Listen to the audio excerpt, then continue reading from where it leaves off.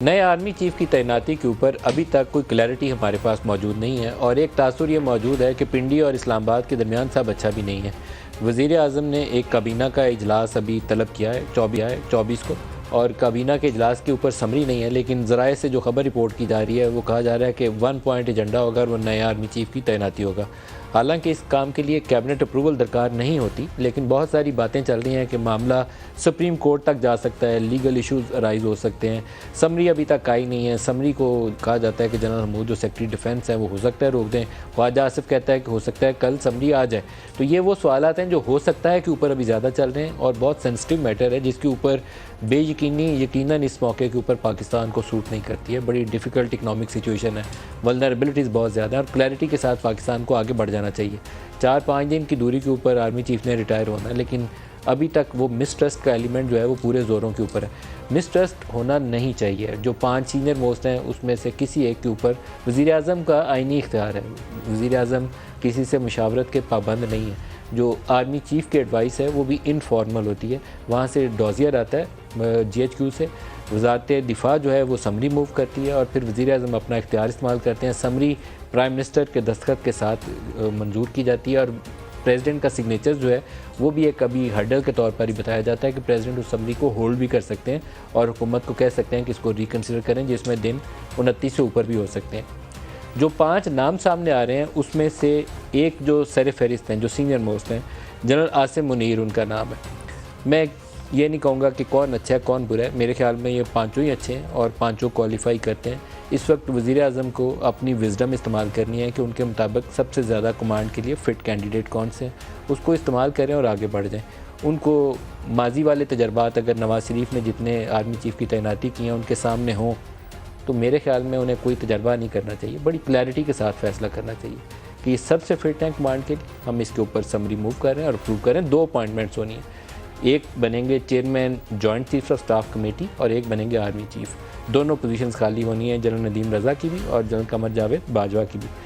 General Asim Munir, हमें पहले तो शायद बहुत सारों को इनके नाम का पता ना हो, लेकिन DGISI कुछ अर्सा वो रहे और DGISI 6 माह के बाद ही उनको तब्दील कर दिया गया और इसलिए तब्दील हुए जो बाद में ख़बरें आई कि कुछ ऐसे इश्यूज़ थे जो मैंने ये सुनाई बात बता रहा हूँ, जो उन्होंने आइडेंटिफाई की, कोई ट्रांजैक्शंस थी ऐसी जो बहरिया और फ़रा के दरमियान थी या कुछ ऐसे लोगों के दरमियान थी जो उनके नॉलेज में आई और उन्होंने प्राइम मिनिस्टर को इन्फॉर्म किया। प्राइम मिनिस्टर उस वक्त इमरान खान थे और वो उससे नाखुश हुए।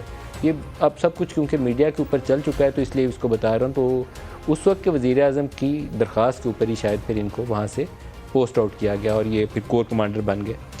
ये इस वक्त सीनियरिटी के ऊपर टॉप ऑफ द लिस्ट में। जनरल आसिम जो है मंगला में ऑफिसर्स ट्रेनिंग स्कूल प्रोग्राम के ज़रिए सर्विसेज में शामिल हुए और फ्रंटियर फोर्स रेजिमेंट में कमीशन हासिल किया। मौजूदा आर्मी चीफ के करीबी साथी भी रहे। जनरल बाजवा के मुतहद ब्रिगेडियर के तौर पर भी फोर्स कमांडर नॉर्दर्न एरियाज में फ़ौज की कमान संभाली। 2017 के अवाइल में DG मिलिट्री इंटेलिजेंस मुकर्रर किया गया और अगले साल अक्टूबर में ISI का सरबराह मुकर्रर किया गया। उसके बाद ये दोबारा इनको कोर कमांडर के तौर पर वहाँ से पोस्ट आउट हो गए थे। दूसरे नंबर पर जनरल साहिर शमशाद आते हैं। जनरल साहिर शमशाद का भी बहुत अच्छा कैरियर है और अपने बलबूते के ऊपर वो यहाँ तक पहुँचे हैं। सिंध रेजिमेंट से इनका ताल्लुक है। साहिर शमशाद मिर्ज़ा इस वक्त 10 कोर, जिसे रावलपिंडी कोर भी कहा जाता है, इसको कमान कर रहे हैं। इस इलाके के लिहाज से फ़ौज की सबसे बड़ी कोर है जो कश्मीर और सियाचिन जैसे इलाकों की निगरानी करती है। ये इस वक्त दूसरे नंबर पर सीनियरिटी में आते हैं। जो 2-3 नाम बहुत ज़्यादा जिनका इस्लामाबाद और पिंडी में आजकल गर्दिश कर रहे हैं, ये दोनों नाम जो मैंने पढ़े हैं उन दोनों का नाम आता है, लेकिन 5 का जिक्र हो रहा है। 5 में से किसी एक की चॉइस वज़ीर आज़म में करनी है। किसी के ऊपर आता है कि ये नवाज़ शरीफ को बड़े पसंद हैं, किसी के ऊपर आता है इमरान खान के बड़े तहफ़्फ़ुज़ात हैं, किसी के ऊपर आता है जो अभी करंट आर्मी चीफ़ हैं वो उनको सपोर्ट कर रहे हैं। लेकिन ये स्पेकुलेशन ज़्यादा है क्योंकि किसी के मुंह से हमने वो अल्फाज सुने नहीं है, स्पेकुलेशन ज़्यादा है। जनरल नुमान महमूद जो इस वक्त नेशनल डिफेंस यूनिवर्सिटी में है, ये काफ़ी अच्छी शोहरत के हामिल हैं। ये भी बड़े प्रोफेशनल सोल्जर के तौर पर जाने जाते हैं और वो ब्रिगेडियर के तौर पर 11 कोर में चीफ ऑफ स्टाफ रहे। बतौर मेजर जनरल उन्होंने शुमाली वज़ीरिस्तान में डिवीज़न की कमांड भी की और संभाली और अफ़गान सरहद के साथ बाढ़ लगाने के मनसूबे की निगरानी भी की। खुफिया एजेंसी ISI में तज्ज़ियाती विंग के डायरेक्टर जनरल रहे, जबकि लेफ्टिनेंट जनरल के तौर पर IGC एंड IT में रहे। फिर जनरल फैज़ हमीद का नाम शायद पाकिस्तान के बहुत से लोगों को नाम से तो वाक़फ़ियत होगी, कहाँ वो उनका प्रोफेशनल कैरियर गुजरा, मुझ समेत शायद बहुत सारे लोगों को नहीं पता होगा, सिवाय उस टेन्योर के जो उन्होंने DGC के तौर पर गुजारा या DGISI के तौर पर गुजारा।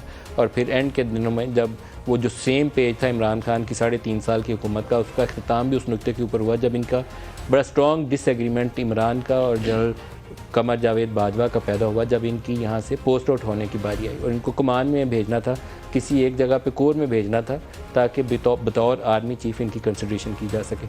आर्मी चीफ़ मुकर्रर करने के लिए जो सीनियर मोस्ट जनरल हैं उनके अंदर एक जो क्वालिटी देखी जाती है कि उन्होंने क्या कोर कमान की हुई है, तो ये एक कंसिडरेशन के तौर पर आता है। इसलिए जनरल फैज़ को 29 नवंबर 2022 से पहले एक कोर का तजर्बा दिलवाना ज़रूरी था और यही वो नुक्ता आगाज़ था जहां इमरान और जनरल बाजवा के दरमियान में डिसएग्रीमेंट पैदा हुई, जब इमरान ने उनको पोस्ट आउट होने के लिए मामले को रोकना चाहा, ड्रैग करना चाहा। उनके जो जुमले थे जो मीडिया के ऊपर रिपोर्ट भी हुए कि इमरान ने कहा कि मैं रबर स्टैंप नहीं हूँ कि जो आप कहें तो मैं उसको मंजूर कर दूँ, तो ये वाले जुमले जो थे मेरे ख्याल में काफ़ी नागवारी उनसे पैदा हुई और बाद में वो कभी वो जो फासले आ गए थे ना, कभी वो ट्रस्ट डेफिसिट ब्रिज नहीं किया जा सका उसको। तो जनरल फैज़ पाकिस्तानी फ़ौज की खुफिया एजेंसी के सरबराह रहे। लेफ्टिनेंट जनरल फैज़ हमीद का ताल्लुक बलोच रेजिमेंट से है। वो इस वक्त जनरल कमर जावेद बाजवा के चीफ़ ऑफ स्टाफ थे जब जनरल बाजवा 10 कोर कमांड कर रहे थे। बतौर मेजर जनरल उन्होंने पन्नू आकल की डिवीज़न की कमांड भी की। फिर जनरल मोहम्मद आमिर हैं, लेफ्टिनेंट जनरल मोहम्मद आमिर का ताल्लुक अर्टिलरी रेजिमेंट से है और इस वक्त वो गुजरांवाला कोर की कमांड कर रहे हैं। और फिर जनरल अज़हर अब्बास हैं, बलोच रेजिमेंट से इनका ताल्लुक है। अज़हर अब्बास इस वक्त फ़ौज के अहम 3 ओहदों में से एक यानी चीफ़ ऑफ जनरल स्टाफ के तौर पर तैनात हैं और ये बड़ी अहम की पोस्टिंग है। ये 5 नाम हैं और अगर 5 नाम आते हैं तो मोस्ट लाइकली यही होंगे। 27 जनरल आसिम मुनीर की डेट ऑफ रिटायरमेंट है। तो इन्होंने लेफ्टिनेंट जनरल के तौर पर प्रमोशन तो इनकी पहले हो गई थी लेकिन इन्होंने ज्वाइनिंग लेट की थी, तो इनकी 27 जो हमारी इतला है, मुझे मालूम नहीं है कि ऑफिशियल GHQ के रिकॉर्ड में क्या नंबर है, कि 27 प्रॉबेबली इनका लास्ट डे इन सर्विस बनता है। उससे पहले अगर इनको हुकूमत नॉमिनेट करना चाहती है एज़ आर्मी चीफ़ तो कर सकती है, बाई लॉ उसके अंदर रुकावट नहीं है। वो जिसको मुकर्रर किया जाता है वो 3 साल की मुद्दत उसकी उस नोटिफिकेशन के साथ ऑटोमेटिकली हो जाती है।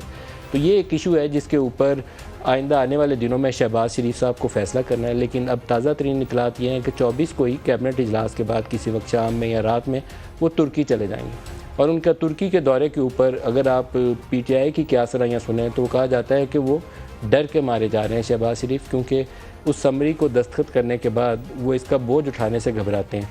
तो वो समरी तो साइन करेंगे लेकिन उससे पहले साथ जहाज़ में बैठ जाएंगे और समरी छोड़ जाएंगे यहाँ पीछे, ताकि उनकी गैर मौजूदगी में जो कुछ पाकिस्तान में होना हो उनको उसका बोझ ना उठाना पड़े। ये सूरत हाल है इस वक्त इस्लामाबाद की। तो not a very good situation. तो हमारे जो 2-3 बड़े हैं, जिसमें कल भी मैंने प्रोग्राम में कहा था कि नवाज़ शरीफ को, जनरल बाजवा को और इमरान खान को गुंजाइश पैदा करनी चाहिए एक दूसरे के लिए। वो इसलिए कि पाकिस्तान को आगे चलाना है, इसलिए नहीं कि नवाज़ शरीफ की सियासत क्या है और इमरान की सियासत क्या है। पाकिस्तान का सोचें। पाकिस्तान का अगर आप सोचेंगे तो फिर आप गुंजाइश भी पैदा करेंगे और जो मुमकिन रास्ते हैं जहाँ खुश उसलूबी से आगे बढ़ा जा सकता है उसके ऊपर गौर भी कर सकते हैं।